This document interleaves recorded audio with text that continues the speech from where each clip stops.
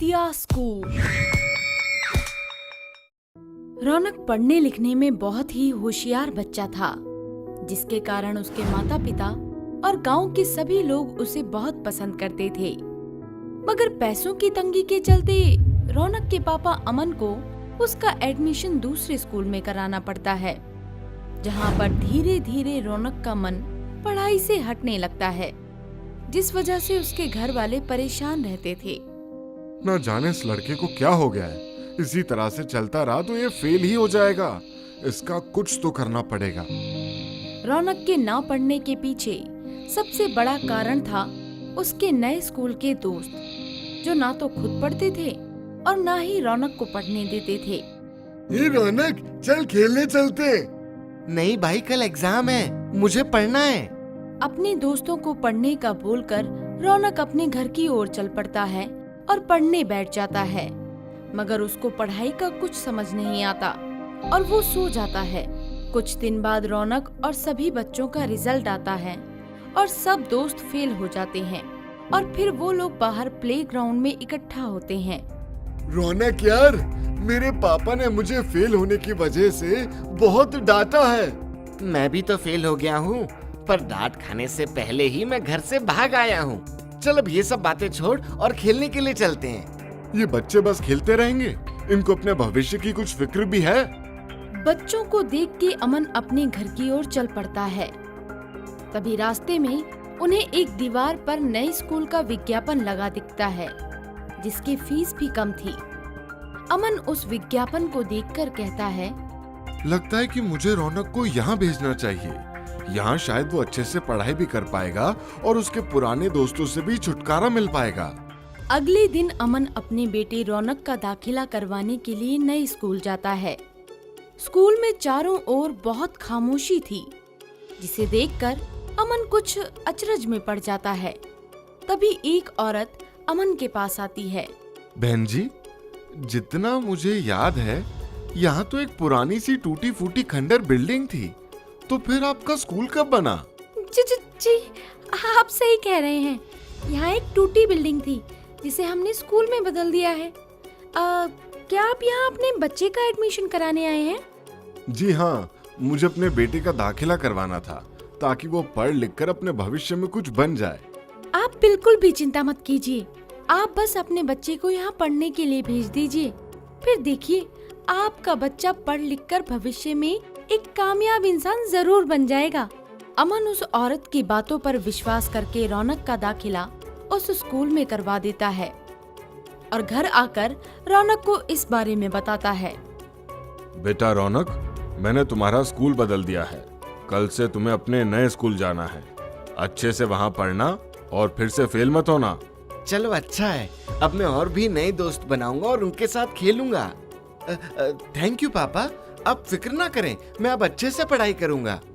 अगले दिन रौनक नए स्कूल के लिए घर से निकलता है और देखता है कि टीचर स्कूल के बाहर रौनक का इंतजार कर रही है। अरे यार, पहले दिन ही टीचर मिल गई, अब तो पूरा दिन खराब हो जाएगा। रौनक टीचर से बचने के लिए पीछे मुड़कर भागने ही लगता है कि टीचर उसको आवाज देती है। कहाँ जा रहे हो रौनक? कुछ देर में क्लास स्टार्ट होने वाली है। आपको मेरा नाम कैसे पता है? तुम ज्यादा सवाल मत करो, चलो अब जल्दी से अपनी क्लास में जाओ।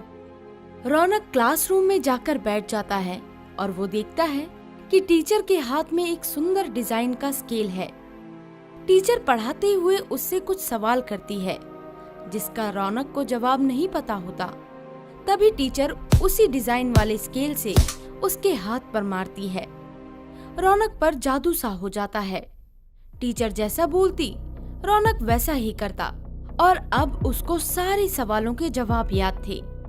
शाबाश, इसी तरह से पढ़ता रहेगा तो ये भविष्य में जरूर कुछ बन जाएगा।